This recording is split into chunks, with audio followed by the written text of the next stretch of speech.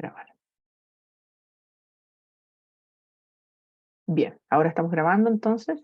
Les decía que vamos a comenzar esta clase que es la última, el último submódulo, podríamos decir, del módulo de ciencias, donde vamos a conversar un poquito de biología. Este curso, bueno, está en el marco de la Academia de Cuarto Medio, Valle Pase, y la parte de biología la hacemos yo, Claudia Chequi, o en algunas secciones la ha hecho Víctor Lazo, por eso aparecen los nombres de ambos.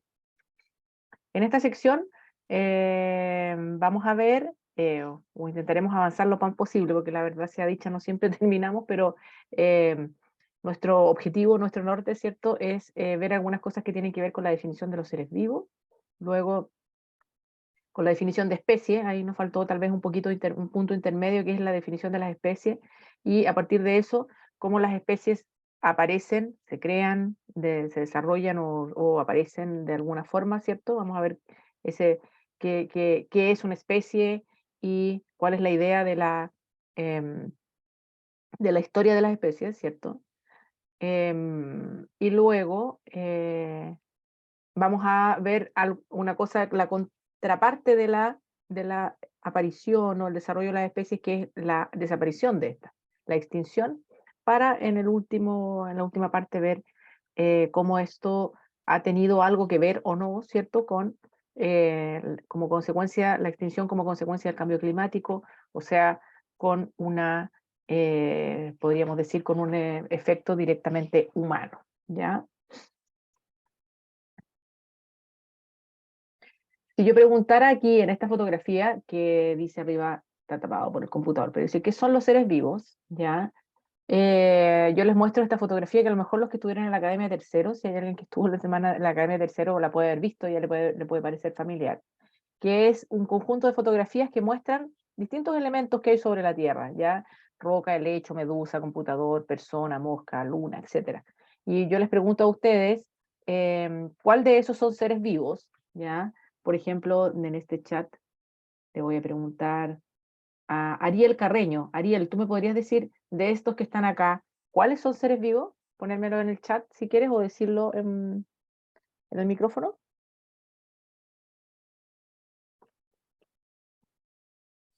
El gato, no sé, el pasto. El gato, el puma, ese, ¿ya? Es que no puedo ver bien, no sé, lo tengo Ah, no lo como puede súper ver chivo. bien. Ya, pero hay algo como un gato, está bien. Hay Sí, algo acá, la eso, persona, ¿ya? La persona. ahora sí, las algas, el pez, las bacterias, ¿Cuáles son las algas? ¿Estas? creo, sí, un ¿Sí? coral, Un coral, ya, muy bien. El pez, la planta, la planta, la mosca la y eso mosca, la persona. también. ¿Y estos de aquí abajo qué te parecen? ¿Son bacterias? Bacterias. ¿Los incluiríamos dentro de los seres vivos? Sí, Ya. Efectivamente, gracias. ¿Cuál es tu nombre? Ariel. yes. Gracias. Me imagino que están de acuerdo con él o alguien opina algo distinto, como que aquí había que sacar algo o incorporar algo.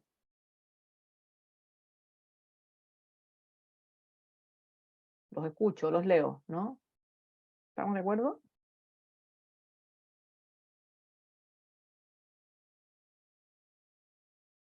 Ya, están de acuerdo aquí. Fran, María. Ya. Totalmente correcto, ¿cierto? O sea, Ariel dijo sin dudar, ¿cierto?, que cuáles eran seres vivos, incluyó a estos. Solo una pequeña comentario, las bacterias en realidad son estas, las que están aquí en gris, ¿ya? Que se ven como estos palitos. Y esto en realidad no es una bacteria, pero es un organismo microscópico, también un microorganismo. Se trata de un protozoo. Hay algunos seres vivos que no son muy familiares para nosotros, ¿cierto?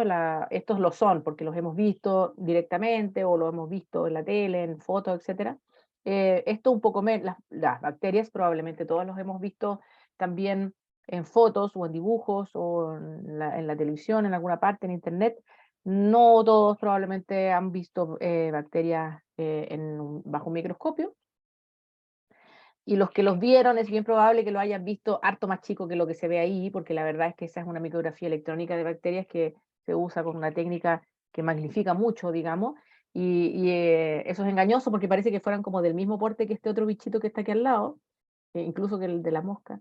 y no, no es así, po. Ya una bacteria es una cosa muy, muy chica, mide 1 micrón, y de hecho este que está aquí al lado, que es un protozoo, que también es un organismo unicelular, mide como 10 veces más que este, ¿ya? Así que las fotos no le hacen justicia a los tamaños, pero las bacterias, que no las conocen. Todos ustedes la conocen, ¿y por qué conocen a las bacterias?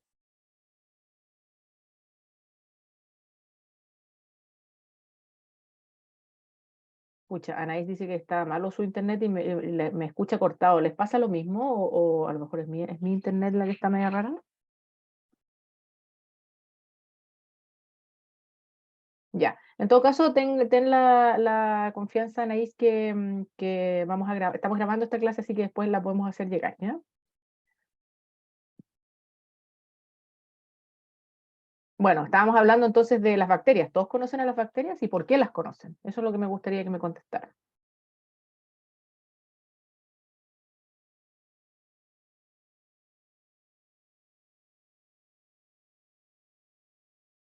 Están presentes en todos lados, ya, pero díganme la verdad es que ustedes conocen, eh,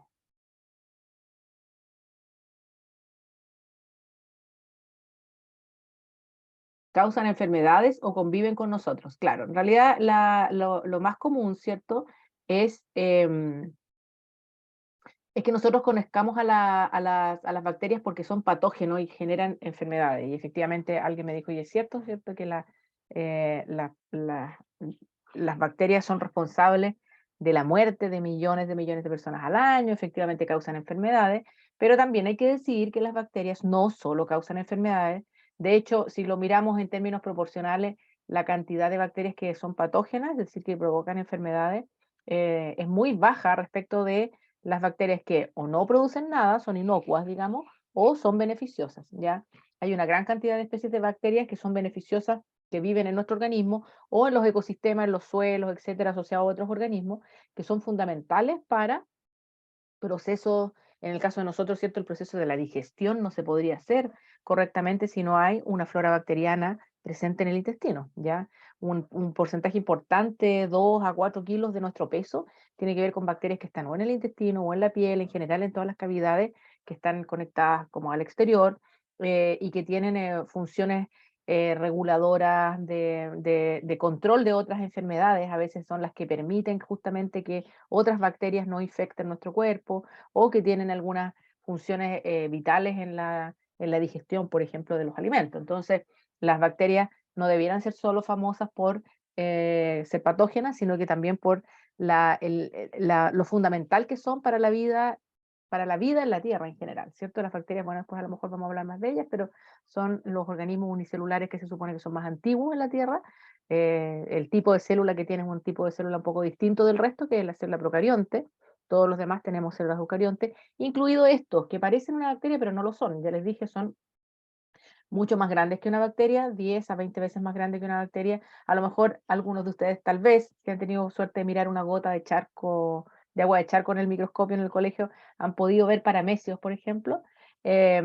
Son organismos unicelulares. Hay también pluricelulares, ya, pero ese que está ahí es uno unicelular em, que es parecido, a ver, les doy el ejemplo de una ameba. Una ameba es un protozoo, ¿ya? Una ameba podría ser un protozoo más familiar a nosotros, ¿ya?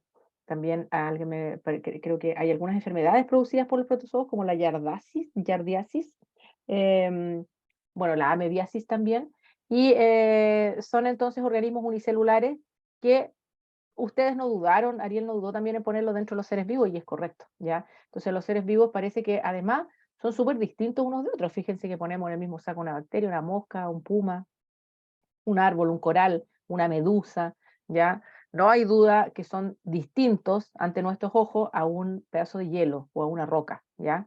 Pero la pregunta es, bueno, eh, si son, ¿qué tienen en común todos ellos? ¿Ya? Son súper distintos, pero no tenemos duda en que son todos seres vivos. ¿Qué es lo que los hace? ¿Qué es lo que nos hace a nosotros ponerlos dentro de esta misma categoría, seres vivos? Bueno, esa misma pregunta es la que hizo alguna vez, este es un cuento, ya es una metáfora que usamos, un extraterrestre a un granjero. Un extraterrestre para personificar a una entidad, no sé si una persona, pero una entidad que llega a la Tierra y no conoce la Tierra, no sabe todo lo que ustedes saben, porque ustedes saben muchas cosas, han vivido en la Tierra desde siempre, han ido al colegio, entonces están llenos ya de conocimiento y cultura y por lo tanto no son lo mismo, no vienen llegando desde la Luna, ¿cierto? Entonces aquí por eso vamos a poner a este personaje que viene llegando de otro planeta y observa este planeta y ve que hay cosas como gusanos, como robots, como la marea, como humanos, como el coral, etcétera. Y se encuentra con un granjero y le dice al granjero, oye, mira, me gustaría que tú, de todas estas cosas que yo tengo aquí, mira, te las voy a anotar en una lista. Este es una ficción, ¿ya? Tú me las separaras las que son seres vivos, cosas vivas, y las que son cosas no vivas, ¿ya? ¿Por qué elegimos al granjero, o sea, el extraterrestre, y personifica a una entidad que no sabe nada de la Tierra, ¿cierto? Que no tiene la cultura, el colegio, la escolaridad, la institucionalización que tenemos nosotros. Y el granjero es una persona que sí tiene todo eso, porque es un terrícola, digamos, que ha vivido siempre acá, pero que no es un experto, ¿ya? Y que no tiene microscopios ni nada de eso, y que entonces se le pone el extraterrestre lo pone ante el desafío de separar lo que son seres vivos, cosas vivas de cosas no vivas. Ah, muy buena pregunta me hace Fran, y con esto quiero detenerme solo un segundo. Fran me dice, oiga, profe, ¿los virus son considerados seres vivos? Esa respuesta la vamos a responder al final, cuando veamos dos diapositivas más. Recuérdenme, por si se me olvida, ¿por qué podríamos o no considerar a los seres vivos, a los virus como seres vivos? ¿Ya? Entonces, siguiendo con la historia del extraterrestre, porque me gustaría llegar a la idea de qué son los seres vivos para poder responder la pregunta de si los virus podrían ser considerados o no, ¿ya? Eh, el granjero toma la lista que le pasa al extraterrestre y divide, así como lo hicieron ustedes con la foto que les mostré antes, muy fácilmente y rápidamente pone aquí a la izquierda de la tabla lo que considera seres vivos y a la derecha las cosas no vivas, ¿ya? Entonces ahí puso hombre, o humano debería ser en general, eh, un árbol, gusano, mula, mosquito, coral, y al otro lado puso radio, automóvil, computador, robot, luna, marea. ¿Tienen alguna diferencia ustedes con la división que hizo el granjero? ¿Creen que hay algo que está a la izquierda que debería estar a la derecha o viceversa? ¿Estamos de acuerdo? Los 29 participantes de esta sala. Muy bien. Oye, entre paréntesis, los que han entrado un poco más tarde, por favor recuerden poner en el chat su nombre y su root.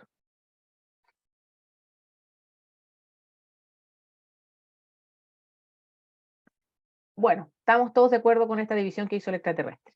¿Ya? La siguiente pero entonces pregunta que le hace el extraterrestre, ¿cierto? Cae de cajón. Le dice, bueno, pero ¿por qué pusiste, cuál fue el criterio que usaste? ¿Por qué pusiste a todos los que están en la lista de los seres vivos, los pusiste ahí y los separaste del resto? ¿Qué tienen ellos? ¿Qué tiene el gusano que no tiene la luna? ¿Qué tiene el mosquito que no tiene un automóvil, un computador? ¿Por qué los separaste de esa manera? Entonces el granjero le dice, bueno, lo que pasa es que es muy fácil, le dice. Me haces una pregunta muy simple. Obvio que todos los que están a la izquierda, los que yo considero seres vivos, se mueven, y los que están al lado derecho, que no son seres vivos, son máquinas o entidades naturales, pero no seres vivos, no se mueven. ¿Qué les parece la respuesta del granjero? Si ustedes fueran el extraterrestre, ¿quedarían conformes con esa respuesta?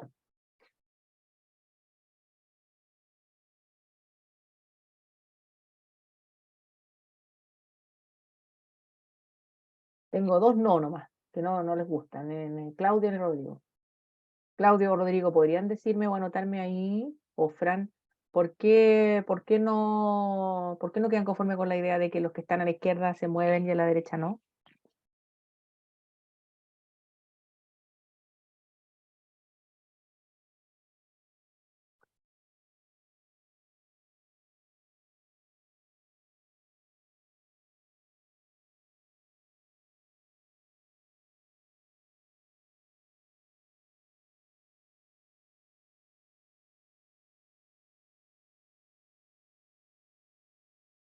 Dice, porque la marea también se mueve y un auto andando igual se mueve. El árbol por sí solo no se mueve. La marea se mueve, pero no es un ser.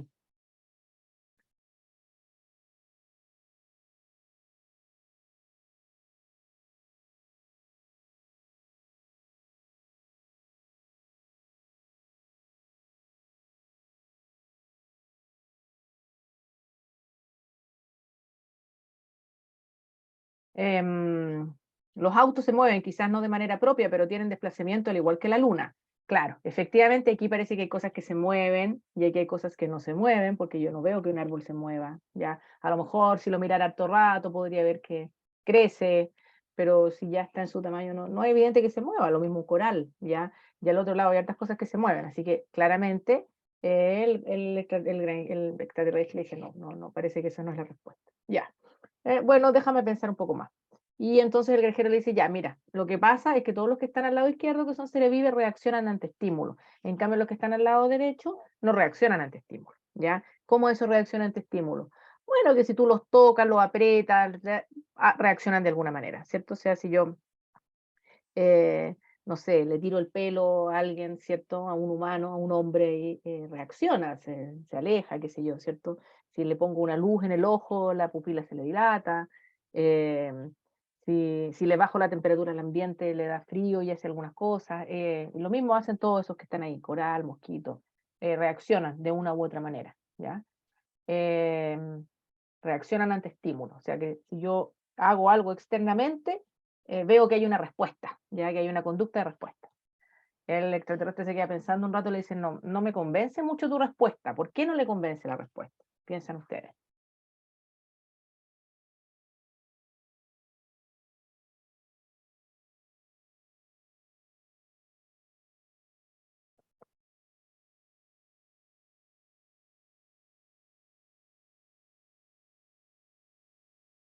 Vamos a ver, porque el auto, al ser encendido, también responde a un estímulo. Exactamente, ¿cierto?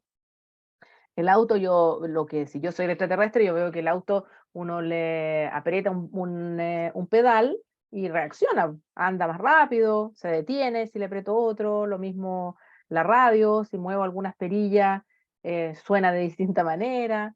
Entonces, ya tal vez la luna y la marea no es tan claro, pero ya basta con que uno de los que esté a este lado, ¿cierto? Al lado derecho, cumpla con esa condición para que no sea un criterio que separe, porque el criterio que tiene que separar es un criterio que se aplique siempre, ¿ya?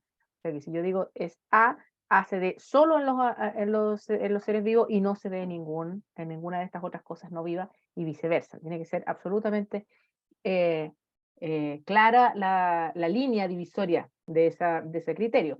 El de la reacción ante estímulos parece que no es la cosa. Yo mismo podría empujar o mover a uno de los objetos y no por eso estaría vivo, dice Ariel, también. Ya, no les gustó tampoco reacción ante estímulo, ya. Entonces el granjero le dice, ya, pero mira, ahora sí que tengo una respuesta que creo que te va a conformar. Es la reproducción. Los seres vivos se reproducen, los que están aquí, en cambio los que están aquí a la derecha no se reproducen, ¿ya? ¿Cómo es eso de reproducirse? Bueno, hay distintos mecanismos, pero básicamente cualquiera de esos que tú ves acá da origen a otro de la misma clase, ¿ya?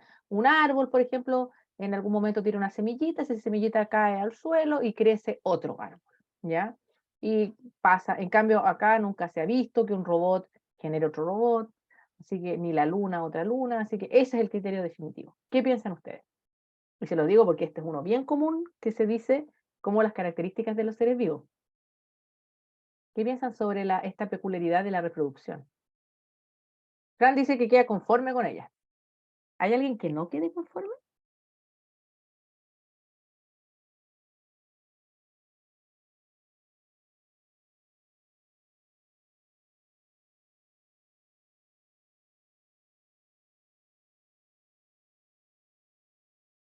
Ya parece que están todos conformes, igual que Rocío. O sea, perdón, que Rocío, que Fran. Ya, pero yo no sé si ustedes conocen a todos los seres vivos que están aquí. Hay uno en particular que me gustaría, si alguien sabe algo sobre este, que se llama mula. ¿Alguien sabe lo que es una mula? Ah, bueno, sí, todos hemos visto alguna vez una mula en directo o en la tele, que son esos animales que parecen como unos caballos más chicos, ¿cierto? Que los llenan que se usan mucho como animal de carga, o se usaban.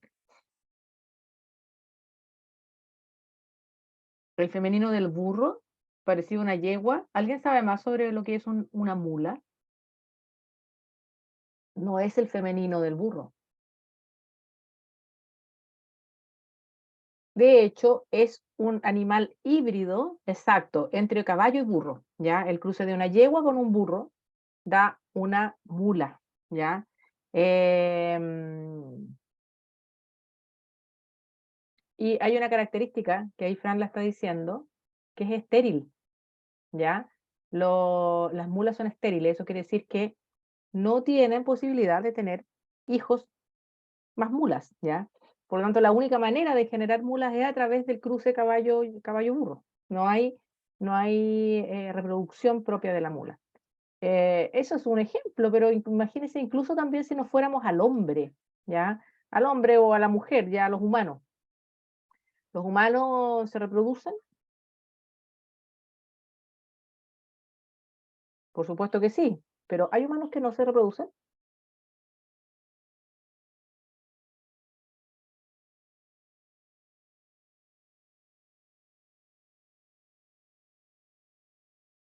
Fran sigue diciendo que se queda conforme con con la respuesta de la reproducción.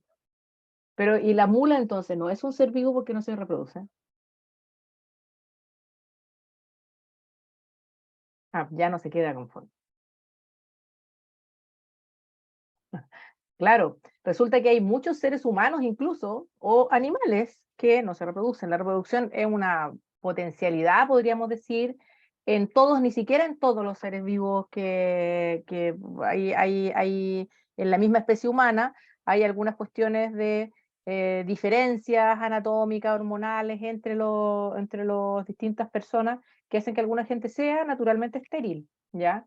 Y esas personas son humanos, sin duda, ¿ya?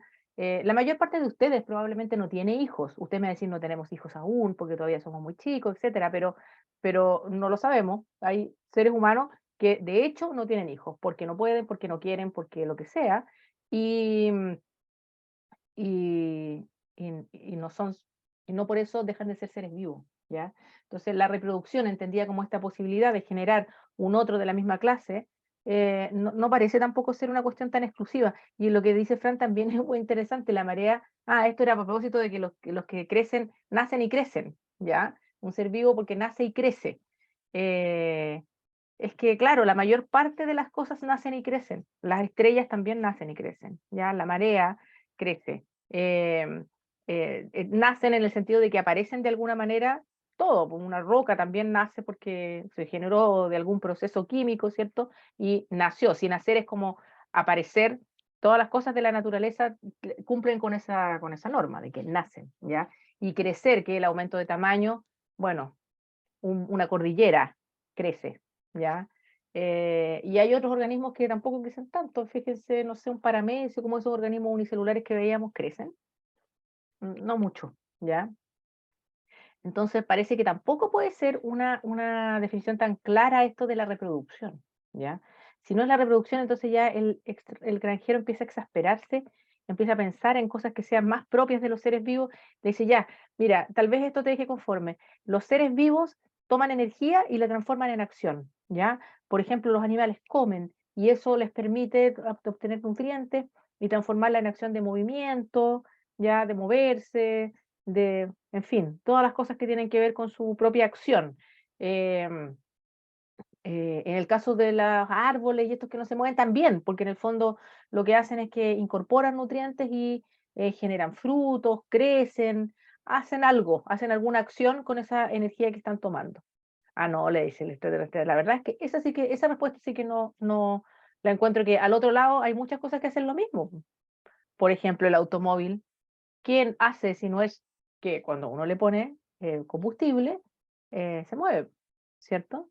O las cosas eléctricas, si uno les pone energía eléctrica, funcionan, ¿cierto? Se transforman en acción, suenan, se mueven, cambian, lo que sea. Entonces parece que energía transformada en acción tampoco es algo muy exclusivo. Tampoco me deja conforme. Exacto, los autos consumen gasolina y la transforman en energía. Profe, ¿será contener ADN? Ya, sí, uno puede decir que contienen ADN, efectivamente, y también puede decir que contienen células, pero espérate, cuando uno tiene un ADN solo, porque uno puede tener ADN, aislar el ADN de una célula y tenerlo en un frasquito, ¿ya? Y, y tiene un ser vivo ahí.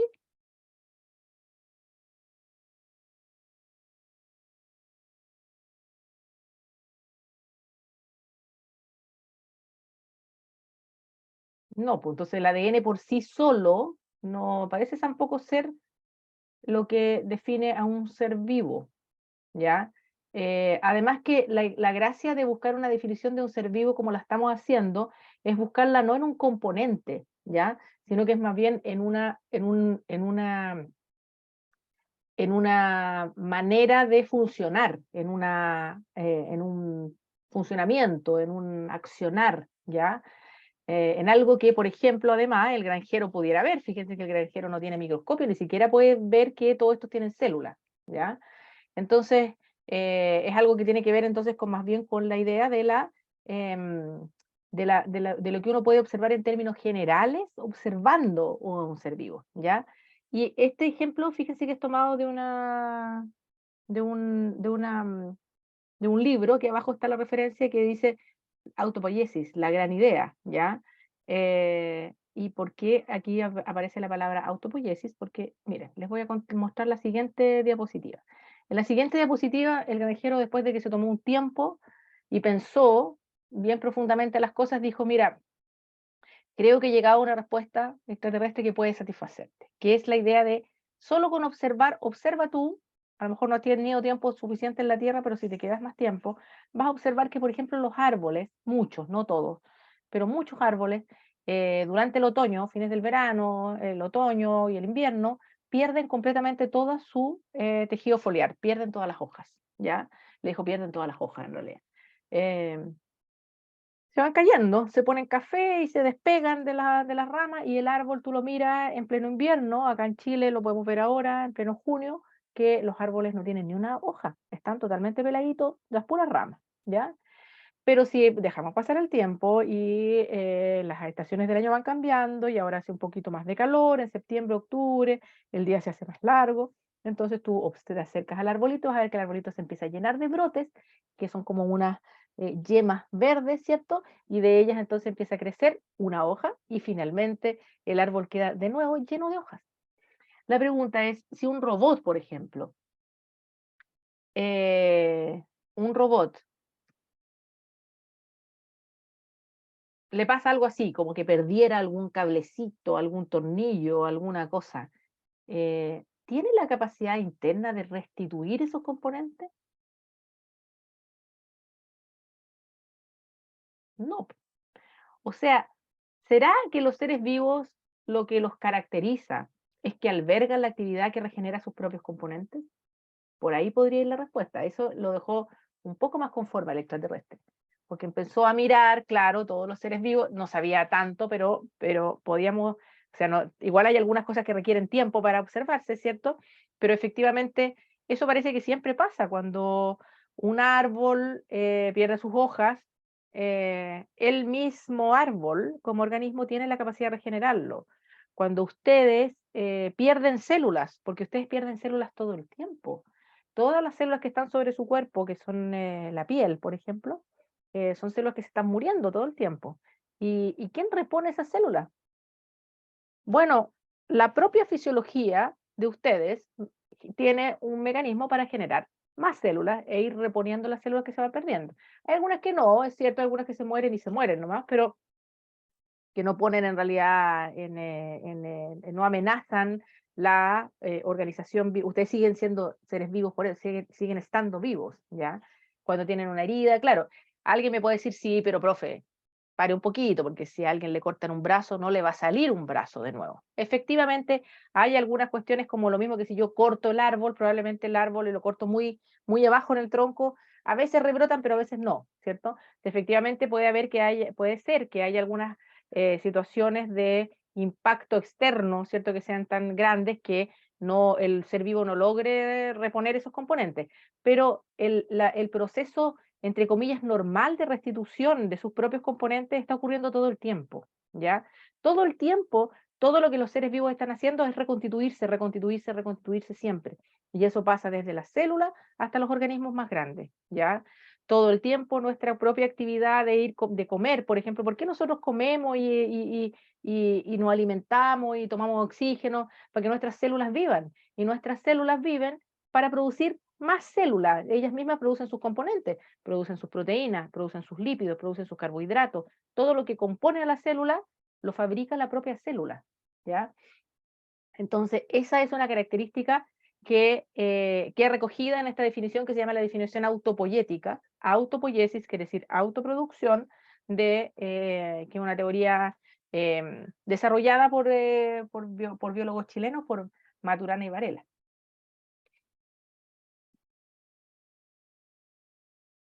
Claro, por supuesto que hay enfermedades, aquí me dijeron la esteatosis hepática que hace que no se pueda regenerar el hígado, pero efectivamente, si esto no quiere decir que los seres vivos tengan una capacidad infinita de regeneración, porque nunca se morirían, ya los seres vivos igual se mueren, porque algunos de esos procesos fallan en algún momento y el organismo se enferma, puede enfermarse de una manera que no sea tan fatal, ¿cierto? Superar esa enfermedad o vivir con ella, o puede ser una enfermedad suficientemente grave como para poner su vida en riesgo y finalmente esa persona o ese ser vivo muere, ¿ya? Si eso puede ocurrir, por supuesto, y de hecho ocurre.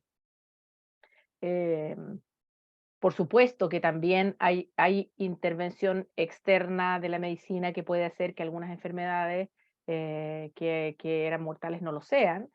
Si alguien pierde el hígado, por ejemplo, el hígado es un órgano suficientemente vital como para no permitir que un animal, que todos tienen, o un vertebrado, ¿cierto?, que no tiene hígado, no puede vivir. Sin embargo, obvio que entre los humanos existen cosas como los trasplantes, lo mismo con el corazón, con los pulmones, etc. Pero si viéramos una situación natural, digamos, sin intervención humana, esas son situaciones en las cuales la propia organización autopoyética no puede responder y el ser vivo se muere, ¿ya? Pero mientras esté vivo, lo que tiene es una capacidad de regenerar sus propios componentes. ¿Qué les parece la definición? ¿Los deja un poco más conformes?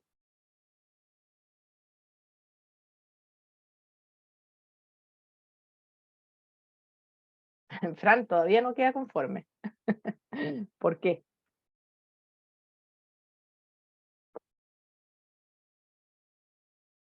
Rodrigo y Nicolás, sí, están un poco más conformes. Bueno, Fran prefiere decir que sí, que la deja conforme. Chiquillas, chiquillos, acuérdense que los que vayan entrando, porque hay hartos que han entrado últimamente, por favor, poner su root y su nombre en el chat, ¿ya? Para que después podamos registrar la asistencia de todas y todos. Sigamos entonces. Ya sabemos lo que es un ser vivo. Ahora vamos a una siguiente pregunta. Vamos a abordar el siguiente tema, que es que los seres vivos, como los vimos acá, en la primera foto, se ven súper diferentes, ¿no? Luce muy distinto una mosca que una medusa, o un coral que una bacteria, ¿cierto? Un humano que un pescado. ¿Se parecen o son súper distintos? ¿Qué piensan ustedes?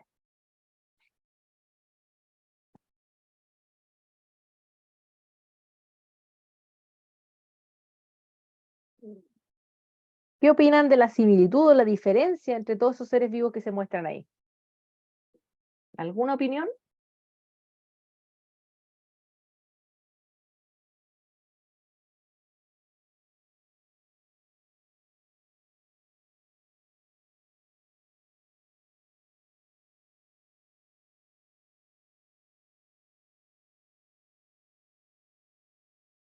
No tiene opinión. No, que todos respiran.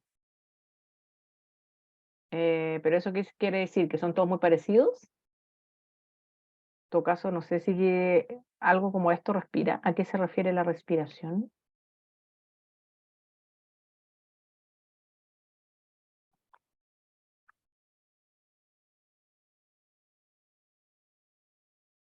Ya más o menos resolvimos, o quiero dar por superado el tema de lo que son los seres vivos. Ya dijimos que todos ellos tienen un cierto, un funcionamiento, una fisiología, se llama propia interna, que le permite y que de hecho está todo el tiempo funcionando para regenerar y reproducir y rearmar los propios componentes de los seres vivos, ¿cierto?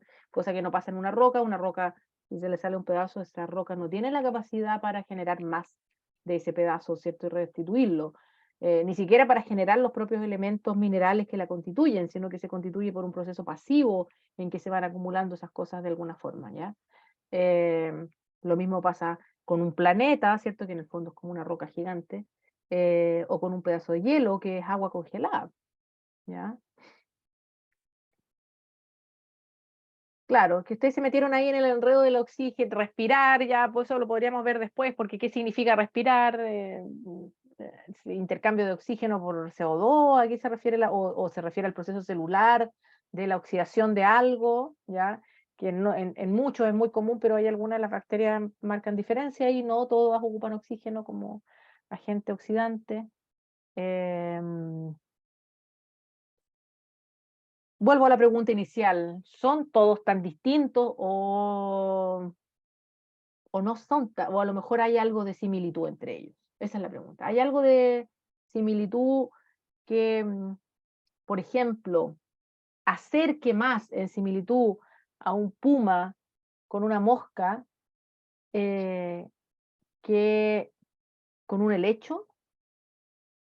Si les pusiera esas tres cosas yo, helecho, puma y mosca, y le dijera, divídanlo en dos grupos, ¿a quién dejarían juntos ustedes? ¿Dejarían el grupo puma helecho y acá en el otro grupo a la mosca?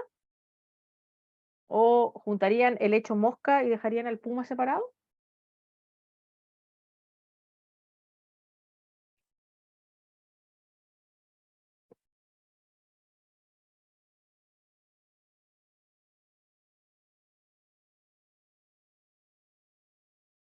Separados los tres, ¿no? Pero yo los obligo a que lo pongan en dos grupos nomás. Si los obligo a los que los pongan en dos grupos, probablemente ustedes van a decir, no, el puma y la mosca son bien distintos, pero más distintos a un helecho, ¿ya? Porque le han hecho una planta verde, o sea, es una cosa verde que tiene una estructura súper, no tiene patas ni ojos. En cambio aquí por lo menos veo una estructura corporal, si bien es cierto que hay 6 patas y aquí hay 4, hay patas, ¿ya? Y aquí hay ojos, acá también hay ojos. Hay órganos sensoriales, ya en la cabeza hay una cabeza, ¿cierto? Hay órganos que le permiten moverse, o sea, son súper distintos una mosca que un puma, pero otra cosa parece ser una planta es muy distinta, ¿ya? Entonces, ¿qué les quiero decir con esto? Es que, bueno, tiene el mismo tipo de célula también, es cierto, pero si no les miráramos las células, ¿ya? Antes de tener microscopio, igual uno podría decir, sí, de hecho, nosotros decimos, ambos son animales, ¿ya? Ambos son animales, en cambio, una planta es un vegetal, lo ponemos en otro grupo súper separado. Entonces, ¿qué es lo que les quiero decir con esto? Les quiero decir que si bien es cierto, los seres vivos son súper distintos unos de otros, también son parecidos. Aquí lo hicimos a propósito, pero si yo hubiera puesto un tigre, por ejemplo, o como me dijo la primera persona que vio ahí, que vio un gato, si hubiera puesto un gato, obvio que todos esos son súper parecidos. Un puma, un gato, un tigre, un león, una pantera, son muy similares, ¿ya? De hecho, por algo, todos esos animales nosotros les llamamos, les tenemos un nombre, les decimos felinos, ¿ya? Y si hubiera puesto una abeja aquí o una cigarra, me hubieran dicho, sí, pues obvio que son parecidos, pues tienen alitas, 6 patas, etcétera, son insectos, ¿ya? Entonces, hay diferencia. eh, Hay diferencias entre los seres vivos, por supuesto que las hay, pero también hay similitudes, ¿ya? Esa es la gracia. Y eh, eso, de alguna manera, es lo que permite que uno los pueda organizar, que uno los pueda clasificar. Ustedes eso lo hacen todo el tiempo, aunque uno no se dé cuenta, uno está siempre clasificando las cosas de su entorno y por lo tanto clasificar a los seres vivos es una cosa que desde siempre ocurrió en la humanidad. Ya probablemente desde que éramos humanos primitivos viviendo en una caverna, ya teníamos distinción entre distintos tipos de animales, entre distintos tipos de plantas, ¿ya? Por supuesto que hasta el siglo XVIII, el siglo XVII, en el cual se empezaron a crear los microscopios, em, había muchos seres vivos que estaban ocultos a nuestros ojos, todos los microscópicos, las bacterias y los protozoos no los veíamos, los hongos microscópicos, pero los grandes grupos, ¿cierto? Plantas, animales y hongos, por ejemplo, eran claramente distintos y desde siempre fueron más o menos distinguidos. Ahora, dentro de cada uno de estos grandes grupos igual había maneras diferentes de clasificar, porque hay una forma como bien natural que es decir, bueno, pero fijémonos, por ejemplo, en lo que comen, en si vuelan o no vuelan, en si viven en el mar. Eso podría ser una manera de separar. El problema es que eso genera mucha superposición a veces de grupos. Y la gracia que tiene este sistema que les voy a mostrar es que en general es un sistema muy limpio para organizar a los seres vivos y clasificarlos. Es el sistema que el propio creador le llamó el sistema natural y fue creado en el siglo XVIII por Linneo. De hecho, a veces también se llama la clasificación linneana, ¿ya? Linneo era un europeo, sueco creo que era, que le gustaban las plantas, era más bien botánico, y que es el primero entonces que empieza a hablar de estas cosas que probablemente ustedes escucharon ya en el siglo XXI. Los seres vivos se separan o se clasifican en grupos que van desde la especie, pasando por el género, la familia, el orden, la clase, el filum, el reino, ¿ya? Y clásicamente llegamos hasta el reino. Últimamente en el siglo XX se inventó este otro ámbito que se llama el dominio, pero seguramente ustedes desde la enseñanza básica les enseñaron y parece que en la media también está en algunas partes del currículum, dependiendo del tipo de colegio o de currículum que tengan, esto, ¿ya? El de la clasificación taxonómica lineana, se llama lineana porque la hizo Linneo, ¿ya? Y dice, es un sistema jerárquico inclusivo. ¿Por qué jerárquico? Porque hay grupos más grandes y grupos más chicos. ¿Y por qué inclusivo? Esa tal vez es la parte más bonita de este sistema, que no separa en cajitas, así como yo les dije, tengo dos cajitas y ustedes pusieron en una caja a la mosca y el puma y en otra cajita pusieron a la planta, ¿cierto? La gracia del sistema de Linneo, de este sistema natural, es que esas cajas pueden estar dentro de una caja más grande que las incorpora las dos. Y esa caja más grande puede estar a su vez dentro de una caja más grande que incorpora a las a esas dos cajas grandes y a las más chiquititas también. Entonces van quedando como unas adentro de otras en un sistema inclusivo o anidado también se llama, ¿cierto? Porque es como un sistema de cajas dentro de cajas. La caja más chiquitita es la que llamamos es la que llamamos especie, perdón. Esa sería la clasificación taxonómica más pequeña que podemos identificar como biológicamente distinta, dice ahí. Y inicialmente se refiere a una cuestión tipológica, o sea, a ver qué tan distinto es este grupo como para decir que es una especie distinta de la otra, y siempre es una discusión, ojo con eso. Y entonces, ese es el nombre de la especie. Y la especie entonces va a pertenecer a una caja más grande que se llama género, pero en esa caja más grande, género, puede haber más de una especie, ¿ya? Por ejemplo, nuestra especie tiene un nombre, ¿el nombre de nuestra especie lo conocen?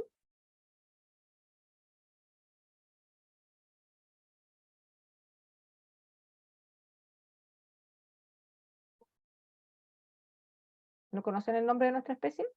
Nuestra especie se llama Homo sapiens y pertenecemos, por lo tanto, ese es el nombre de nuestra especie, Homo sapiens. Todos nosotros somos Homo sapiens. Pertenecemos a un género que es el género Homo, porque el nombre de la especie se compone del nombre del género y otro nombre. Dentro del género Homo, ¿cierto? Que es la caja un poco más grande, hay otras especies de Homo, ¿ya? Homo habilis, Homo erectus, que en este caso son especies extintas, pero que existieron ya como especie. Entonces, y dentro de ese género, o sea, perdón, dentro de ese género Homo, está dentro de una caja más grande, la familia Hominidae. Y ahí hay otros géneros, por ejemplo, el género Pan, que es el género de los gorilas o de los chimpancés, está dentro de esa familia y por lo tanto compartimos la familia con esos organismos, ¿ya? Y luego hay una más grande que es el orden primate. Ahí estamos en conjunto con todas las otras familias, géneros y especies, que son los monos, ¿ya? Estamos en una caja también más grande que alberga más cosas, que es la clase. Ahí estamos, nuestra clase es clase mamífero, y por lo tanto ahí también estamos junto con, qué sé yo, los roedores, junto con los ungulados, junto con los murciélagos, con los cetáceos, etcétera, ¿ya? O sea, cajas más grandes. Después hay una más grande que es la del filum o división, que en este caso es los cordados, que más o menos equivale a los vertebrados, y por lo tanto ahí estamos junto con las aves, junto con los peces, junto con los reptiles, junto con los anfibios. Y luego pertenecemos a la caja más grande, al menos desde el punto de vista lineano, que es el reino animal, ¿ya? Este sistema, entonces, es el sistema que usamos hasta el día de hoy para clasificar a los seres vivos, ¿ya? Me salté una parte a la cual quería hacer un paréntesis porque hace un rato alguien me preguntó por los virus y yo le dije que le iba a responder y no le respondí. Y me gustaría que igual nos retrotrayamos un poquito a esto de los seres vivos que albergan la capacidad de regenerar sus propios componentes y yo les digo entonces que los virus desde ese punto de vista no son seres vivos.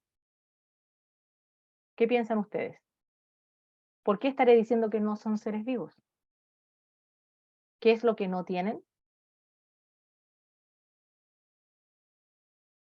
vida, ¿no? No, pero que los seres vivos tengan vida es muy tautológico, pues no dice nada. Hicimos un esfuerzo por tratar de definir a los seres vivos, saliéndonos de esa idea de que los seres vivos tienen vida, porque quedamos igual. Si decimos que los seres vivos son los que tienen vida, no avanzamos en ese concepto. Conciencia, buah, pero los árboles tampoco tienen conciencia. No respiran. Vamos de nuevo con la respiración. ¿Qué es lo que significa la respiración? Que tomen oxígeno. Hay bacterias que no solo no necesitan el oxígeno, sino que además les es tóxico el oxígeno. Y sí que son seres vivos. Pero chiquillos, chiquillas, volvamos a lo que dice ahí. Los seres vivos albergan la capacidad de que regenera sus propios componentes. Ese fue nuestro consenso. Por lo tanto, si yo digo que los virus no tienen vida, o sea, perdón, que no son seres vivos, ¿qué es lo que no tienen?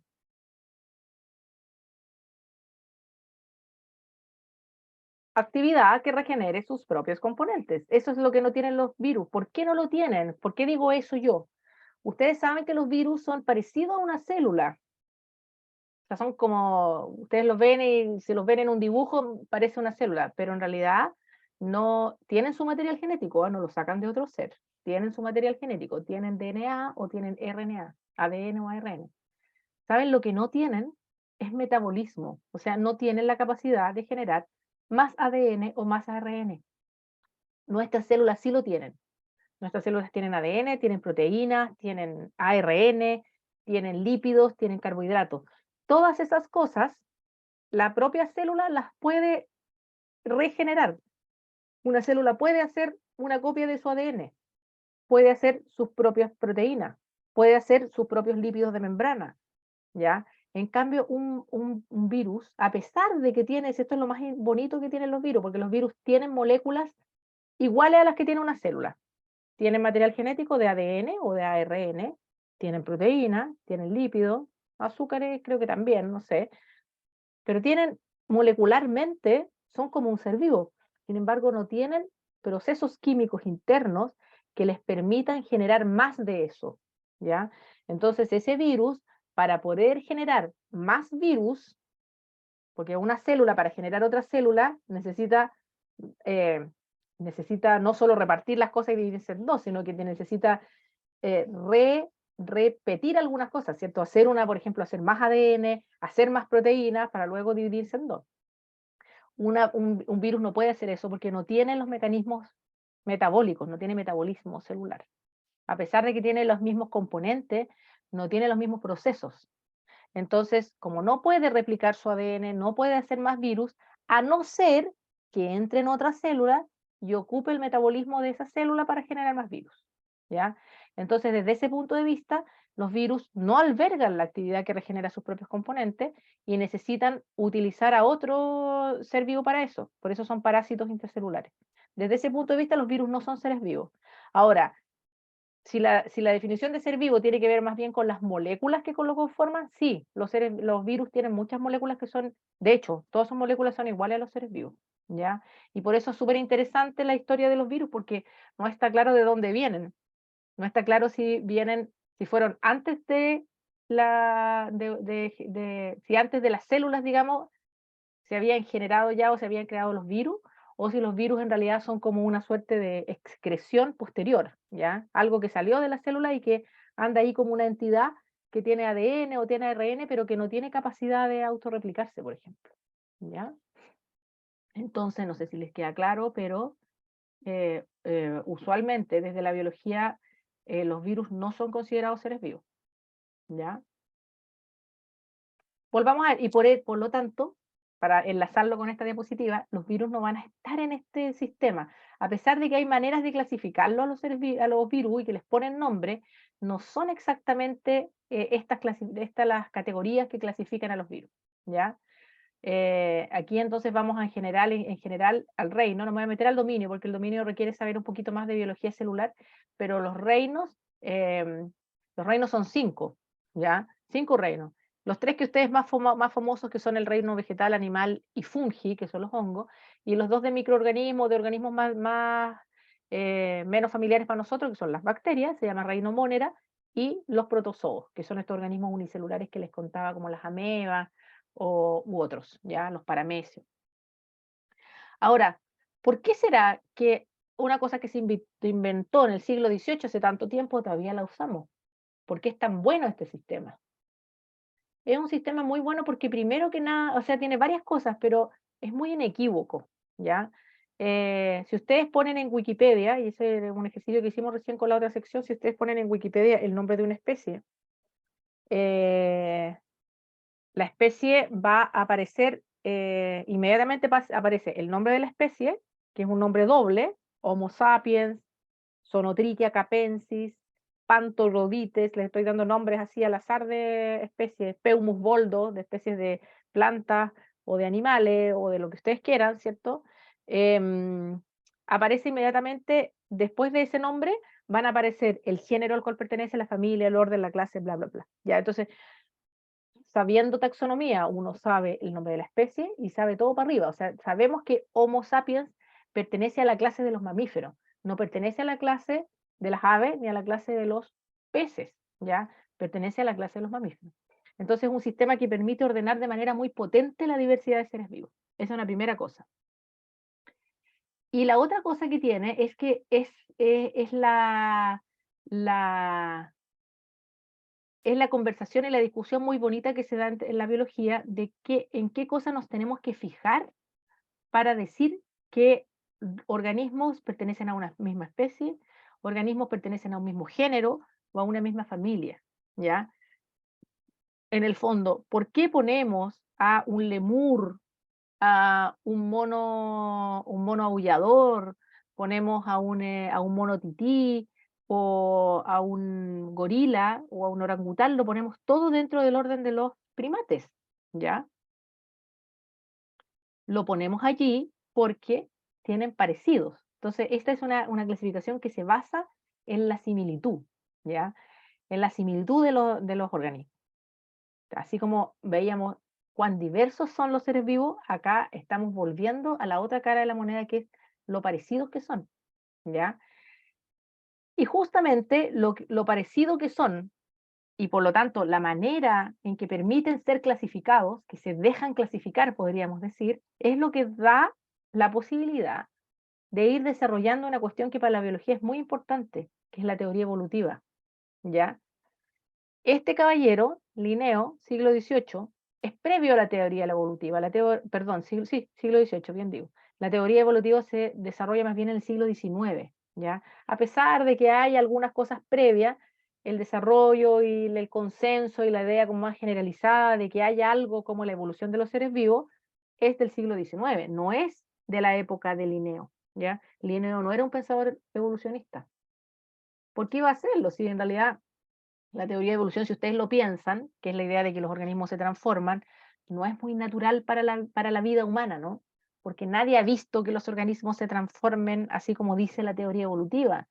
Entonces, por eso es que le costó tantos siglos a la humanidad, cierto siglo XIX, consensuar la idea de que a lo mejor aquí había una historia de transformación, ¿ya?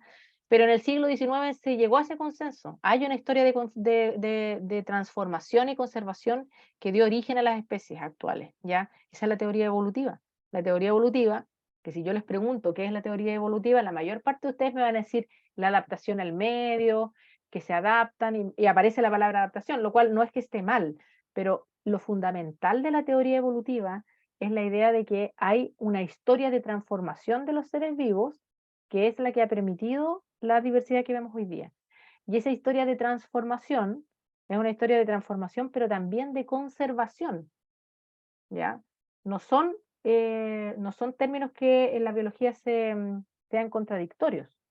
Porque, ¿qué es lo que ocurre? Que cuando dos organismos son parecidos entre ellos, decimos que, por ejemplo, son felinos. El gato que anda por aquí y un puma son parecidos. Yo los pongo en el mismo grupo, digo son felinos.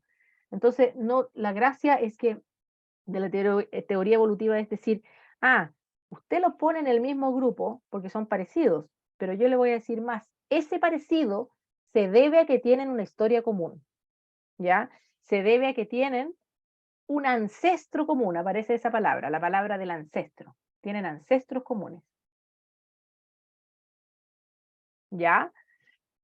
los ancestros, entonces la teoría evolutiva, no la teoría de la selección natural, ¿ya? La teoría evolutiva es la idea de que los organismos que vemos hoy día actualmente tienen ancestros comunes que tienen una historia de transformación, pero también de conservación, porque si no hubiera conservación no podríamos distinguir que son parientes, ¿cierto? Que eso que, por ejemplo, que los felinos se transformaron, por supuesto, tienen un ancestro común que se transformó y que fue dando origen, hay un ancestro que dio origen a los pumas, a las panteras, a los gatos, a los leones, etcétera, pero que mantuvo características. Por eso es que nosotros vemos la similitud. ¿Se dan cuenta cuál es el juego? ¿Cierto? Hay diferencias, hay transformación, pero también hay conservación, ¿ya? Y esa conservación es la que nos da luces de que aquí hubo una historia común y hay un ancestro común.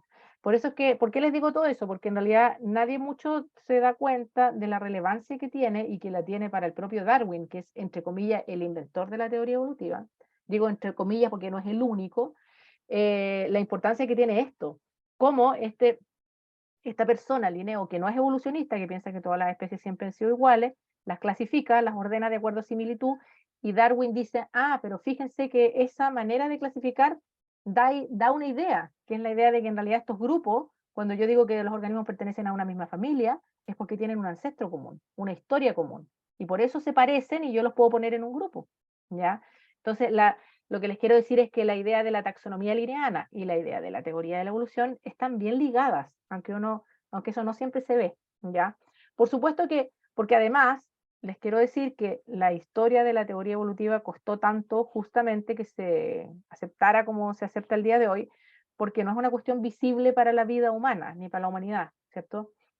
Ni nosotros en nuestras vidas, ni nuestra historia humana ha visto la transformación de las especies, porque es una historia que toma mucho tiempo la generación de las especies, ¿ya? El origen de las especies es un proceso lento, no lo podemos ver, es un proceso histórico que ya ocurrió, entonces es difícil para la vida humana, ¿cierto?, observar eso, a diferencia de otras cosas que tiene la biología o la ciencia que son observables, la teoría evolutiva no es observable directamente. Pero eso no quiere decir que no sea científica, porque es observable en términos de la evidencia que hay, la evidencia indirecta. Una es esta, es la similitud, es la posibilidad de organizar de acuerdo a similitud. ¿Qué otra cosa, si no es la historia común, genera la similitud? Podría haber otras cosas, pero es bien plausible que sea la historia común. Otras cosas que a lo mejor sí son más observables, que ustedes han escuchado o visto directamente, el registro fósil. ¿Saben lo que son los fósiles?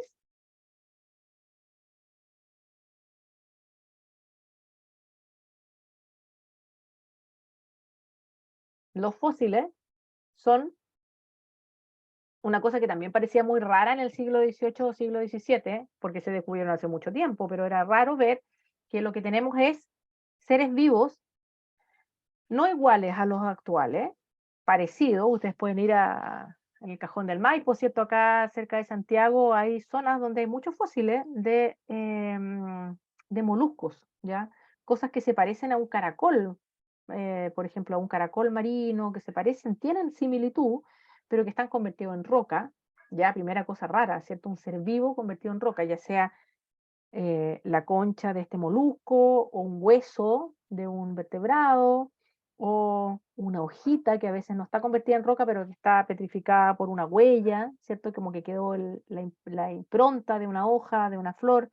Y son entonces, uno los ven, las personas los veían y decían, bueno, esto evidentemente son seres vivos.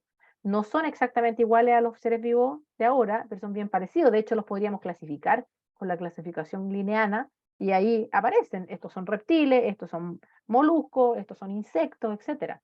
Entonces, y no son iguales. Entonces, eso junto con otras observaciones sustentan la teoría evolutiva como una teoría que está muy aceptada al día de hoy. Al menos en el ámbito científico no se pone en duda de que efectivamente hay una transformación con conservación de los ancestros, ¿ya? Eso se puede representar, se ilustra en lo que llamamos un árbol filogenético o una filogenia como la que vemos acá, ¿cierto? Fíjense cómo se hace la representación. Yo les digo, es un árbol, un árbol bien así como eh, estilizado, ¿cierto? Porque no tiene hojas ni nada, pero tiene unas ramas. y tiene estos puntos de donde salen las ramas que se llaman nodos. ¿Y qué es lo que nos está mostrando? Esto nos está mostrando, es una manera de representar la historia que nosotros pensamos que ocurrió, de acuerdo a la evidencia indirecta, entre los distintos seres vivos que vemos actualmente, ¿ya? Entonces, ¿qué nos dice esto? Que, por ejemplo, las aves y los cocodrilos tienen acá un nodo que es un ancestro común, más cercano entre ellos que el que tienen con las culebras, ¿ya? Ah, eso quiere decir que aquí hay un ancestro que es una especie que no es ni un cocodrilo ni un pájaro. Es probablemente algo más parecido a un cocodrilo que a un pájaro, pero es un ancestro como una especie que ya no existe, que dio origen a estas dos. ¿Cómo dio origen? Se transformó, bueno, se separó probablemente en dos poblaciones que estuvieron ahí sí, expuestas a distintos cambios ambientales, etcétera, y ahí está la idea de la adaptación al medio, etcétera. Pero lo importante de la teoría evolutiva es que hay entonces ancestros comunes que dan origen a estas comunidades de descendencia, que ramas que dieron origen a las aves, otra rama que dio origen a los cocodrilos. No es una transformación así de una manera tan, podríamos decir, tan como caricaturesca como dicen, ah, es que los hombres, por ejemplo, los humanos, venimos de los monos, entonces como que los monos se transformaron en humanos. No, los monos no se transformaron en humanos. Lo que quiere decir es que nosotros tenemos un ancestro común, una especie que, que fue la especie común de la que se dio origen a las distintas líneas de monos, incluyendo a los primates, a los homínidos y los humanos, ¿ya? Entonces, no hay una historia de transformación así como que de un mismo organismo se vaya transformando en otra cosa, sino que es ancestros comunes, ¿ya? El ancestro común. Y esto, una cosa bien importante además que aparece de aquí, es que todos los seres vivos tenemos ancestros comunes con todos, ¿ya? Nosotros, los humanos, tenemos ancestros comunes, obviamente, con los primates. De hecho, acá les muestro que en este árbol filogenético estamos viendo las especies actuales acá arriba y los ancestros hacia atrás, ¿cierto? Mientras más atrás está este nodo, quiere decir que es más antiguo, ¿ya? O sea, los mamíferos también tenemos un ancestro común con las aves, pero está más alejado que el de las aves con los cocodrilos, con las culebras, con las tortugas, ¿ya? Y así podríamos ir más para atrás, o más a organismos que son menos parecidos a nosotros, ¿ya? O podemos hacer un zoom en estos mamíferos, ¿cierto? Y ver que, ver el árbol filogenético de los mamíferos, ¿ya? Está mostrado de una manera distinta del otro, un poquito distinta, pero fíjense que en el fondo este árbol está mostrado con las especies actuales, con la actualidad hacia arriba y con el pasado hacia atrás, podríamos decir, ¿ya? En cambio, este está dado vuelta hacia el lado, entonces la actualidad, las especies actuales están acá a la derecha, y el pasado, los ancestros están hacia la izquierda, ¿ya? Y las ramas no están así de esta manera como divergentes, sino que están en ramitas como paralelas, pero indica lo mismo, ¿ya? Entonces ahí yo les decía que, por ejemplo, nosotros los humanos deberíamos estar, acá están todas las especies de mamíferos o todos los grupos de mamíferos, que son los órdenes, ¿ya? Probóscido, Sirenium, no sé, hay algunos que ustedes probablemente no conocen, pero otros que sí, ya esos son los elefantes, por aquí están, por ejemplo, los perisodáctilos, como esa cebra, por aquí están los cetáceos, ya, por ahí están los quirópteros, los murciélagos, etcétera. Entonces, y ahí están los primates, ¿se fijan? Ahí estamos, de hecho, Homo sapiens, nuestra especie, con ancestros comunes con otros monitos. Aquí, por supuesto, que aparecieron, hay solo 4 especies, y hay muchas más especies que 4 entre los primates, pero si eligiéramos esas 4, esas son las relaciones, ¿ya? Tenemos con un monito que es un mono chico, con el cual tendríamos un ancestro más cercano que el que tenemos con los tarsios o con los lemures, que son monos un poco más antiguos, ¿ya? Entonces, pero también tenemos un ancestro que nos conecta con las ardillas voladoras y otro que nos conecta con, a este lado para acá, donde están los ratones, los roedores y los conejos, los lagomorfos, ¿ya? Que es más cercano que el que tenemos, por ejemplo, con los cetáceos o el que tenemos con los carnívoros que andan por ahí, no sé dónde están los carnívoros, acá, los carnívoros, ¿ya? Carnívoro aquí es el nombre eh, de un orden de mamíferos. No quiere decir los que comen carne solamente, ¿ya? Porque entre estos también hay otros que comen carne.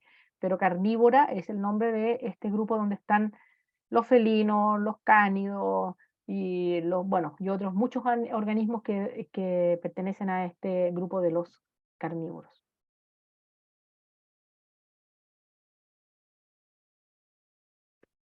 Eh,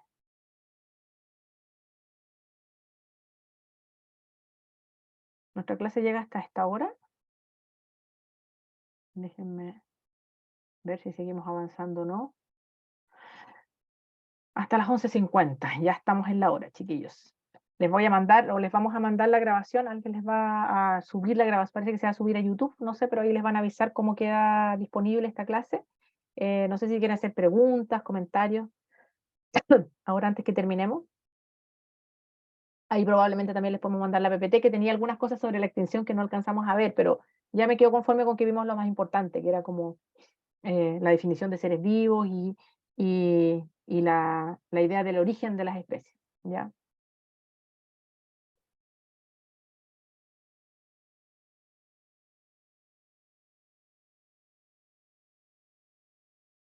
Bien, dejemos de grabar entonces, de tener